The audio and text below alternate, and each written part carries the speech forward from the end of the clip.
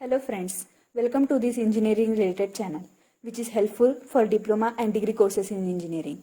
Our main focus is to deliver rich content in electrical engineering which will make your preparation solid as well as fun going. Please like, share and subscribe to our channel. So let's get started.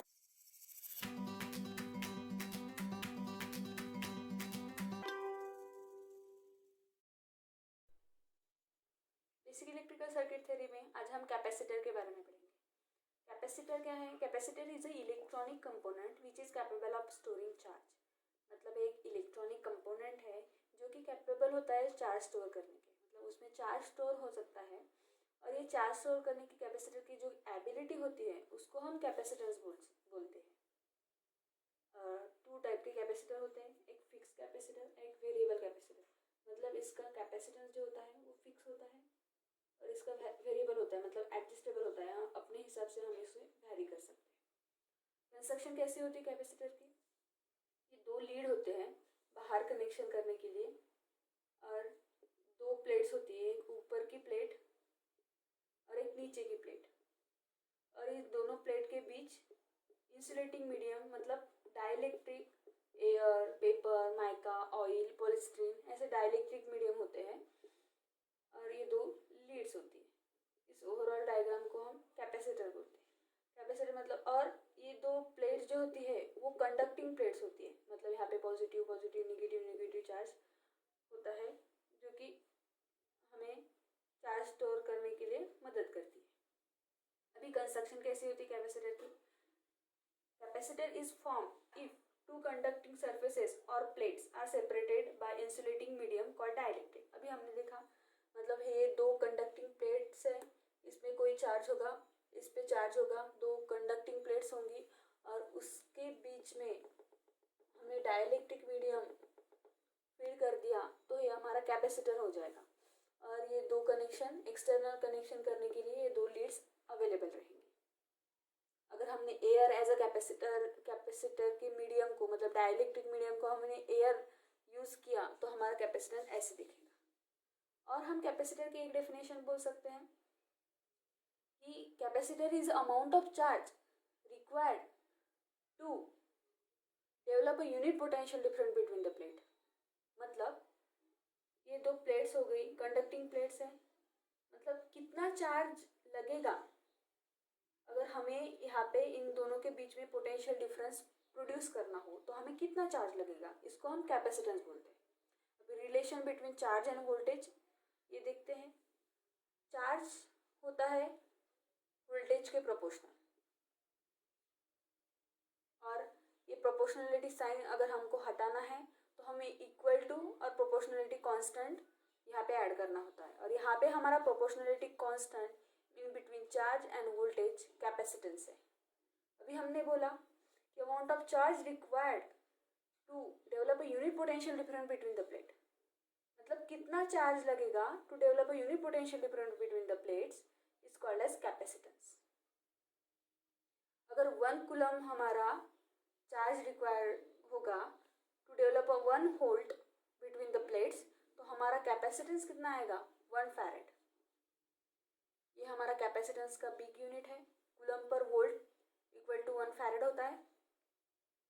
और generally in practical cases हम capacitor का unit जो होते हैं 10⁻⁻⁶ microfarad, picofarad, नैनोफैरेड में लिखते हैं क्योंकि ये बहुत बड़ा यूनिट है 1 फैरेड।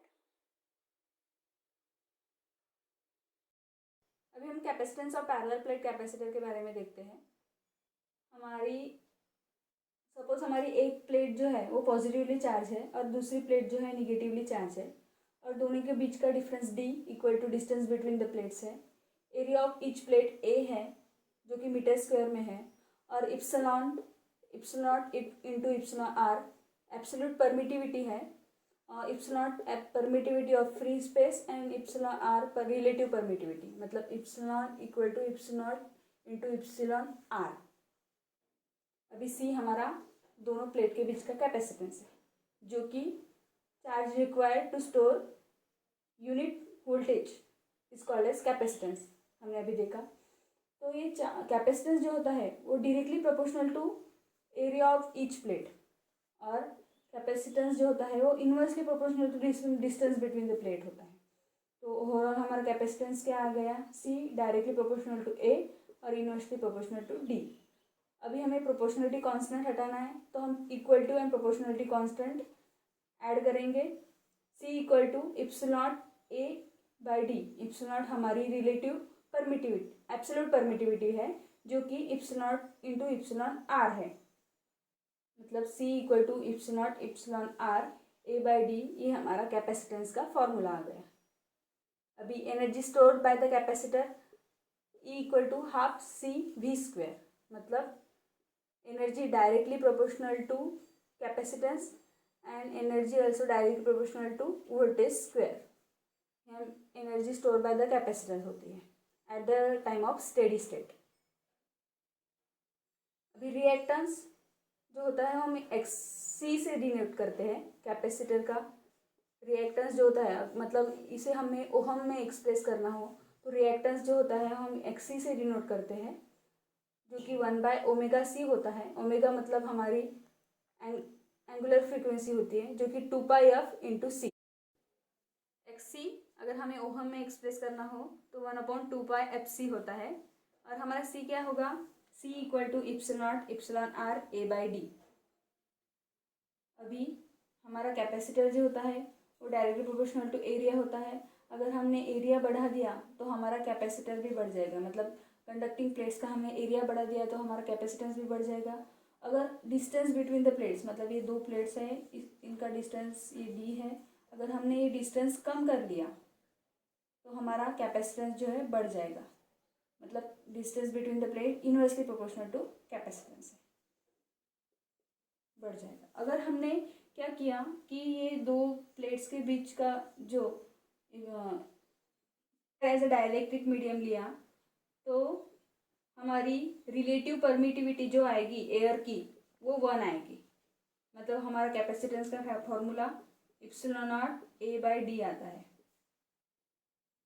अभी इप्सिलॉन की वैल्यू 8.85 इंटू 10⁻⁻12 आएगी, जो कि फैराड पर मीटर होती है यूनिट उसका।